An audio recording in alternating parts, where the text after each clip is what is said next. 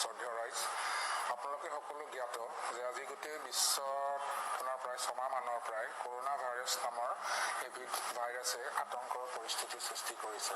আৰু বৰ্তমান বিশ্বৰ লগতে ভাৰতবৰ্ষতো এই বেমাৰটো এটা মহামাৰী ৰূপ ধাৰণ কৰিছে আৰু আমাৰ অসমো ইয়াৰ পৰা বাচিবলৈ সক্ষম হোৱা নাই।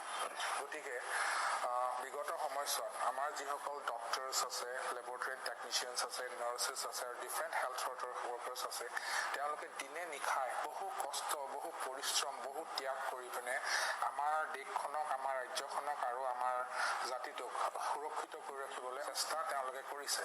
গতিকে তেওঁলোকৰ যি চেষ্টা, যি ত্যাগ, সেই ত্যাগ আৰু চেষ্টাক আমি সন্মান জনাব লাগে আৰু চৰকাৰে যি নীতি নিৰ্দেশনা জাৰি কৰিছে তাক আমি সন্মান জনাই তাক আমি পালন কৰিব লাগে। আৰু মই আপোনালোকক এয়াই আহ্বান জনাইছোঁ আৰু অনুৰোধ জনাইছোঁ যে আপোনালোকৰ যদি বিশেষ কাম নাথাকে তেতিয়াহ'লে আপোনালোকে ঘৰতেই থাকক আৰু আমাক চৰকাৰ, প্ৰশাসন আৰু স্বাস্থ্য বিভাগক এই মহামাৰীৰ বিৰুদ্ধে এই যুদ্ধখনত জয়ী হ'বলৈ আমাক সহায় কৰক। আৰু অনাগত দিনত যেতিয়ালৈকে এই বেমাৰৰ বিৰুদ্ধে কিবা ভেকচিন বা মেডিচিনছ নোলায়, আপোনালোকে সতৰ্ক থাকক, মাস্ক পৰিধান কৰক, ছ'চিয়েল ডিষ্টেঞ্চিং মেইনটেইন কৰক, যিমান পাৰে সিমান হাত ধুৱক বা হেণ্ড চেনিটাইজাৰ ইউজ কৰক।